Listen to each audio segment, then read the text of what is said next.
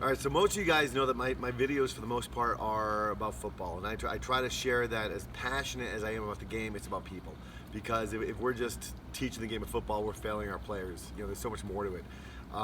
Just a few months ago, Jill and I saw on Ashley's Instagram page, actually a friend of Ashley's, that she's battling Lyme disease, and it struck her body in a terrible way. We all know people that are suffering from something, you know, divorce, cancer, Lyme disease, whatever it is.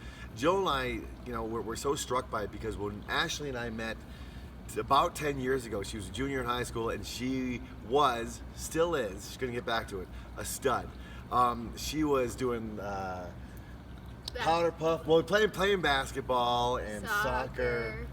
It was snowboarding and skiing and horseback riding and powder puff football, obviously. Everything.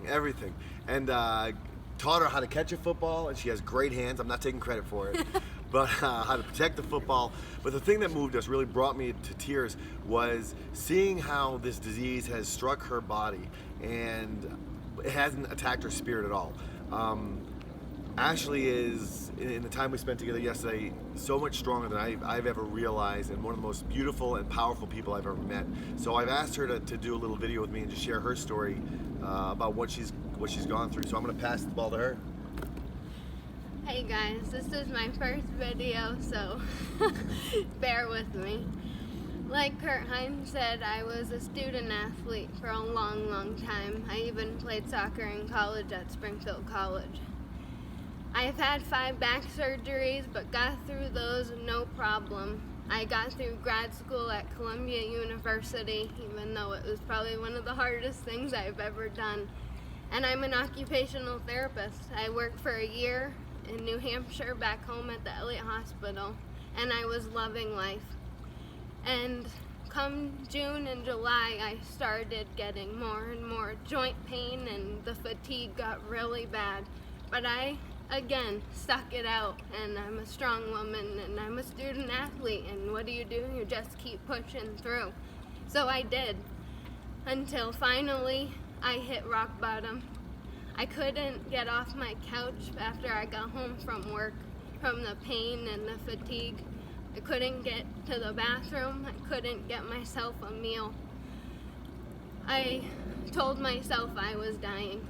I felt my body shutting down, and I told myself this was gonna happen and no one was gonna be able to help me. I found someone to help me.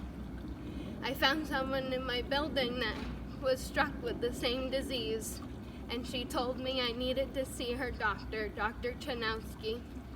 I saw her and finally got my Lyme diagnosis, which was such a relief, believe it or not, to finally have a name to what is feeling inside.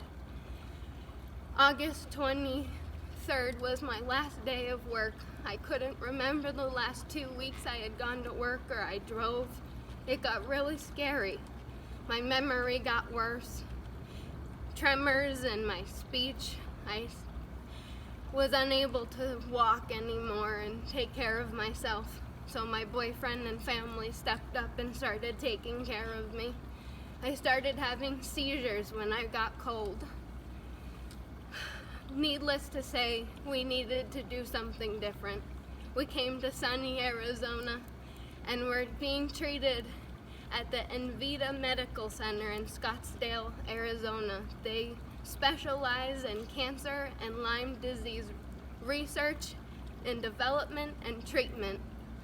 And I'm really excited for this next new chapter because this is my healing journey. And people like this are a part of my healing journey to get me back to being an athlete. I will run a marathon one day. I will pass a football again, even maybe to my kids one day when I'm healthy enough to start my own family. The only way we've been able to be here is by fundraising. We dropped everything, we sold everything, and we're fundraising to pay for our treatment, my treatment. I say our because as I heal, I see my family and my friends heal as well. I just want this word to get out there so this doesn't happen to anyone else, because It's wrong in the US that insurance doesn't cover most of the treatments, and doctors don't believe in chronic Lyme disease. So I'm fighting hard. I'm a Lyme warrior. I'm a Lyme Khaleesi, and I'm just gonna keep fighting. That's all I can do, and I need your guys' support as I do it.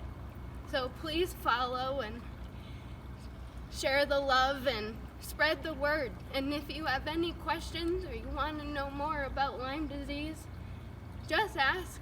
I'm happy to answer questions or to send videos and tell you what I'm feeling. So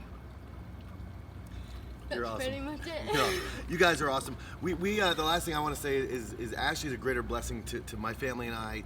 Her boyfriend Eddie is one of the strongest people I've ever met also, and he's just his character and what he's been through and walked through with Ashley. So many times in social media we retweet things that are funny, we retweet things that we think are cool. I'm as guilty as the next guy, but this is life changing, and there are so many people that face battles like this who just throw in the towel and give up.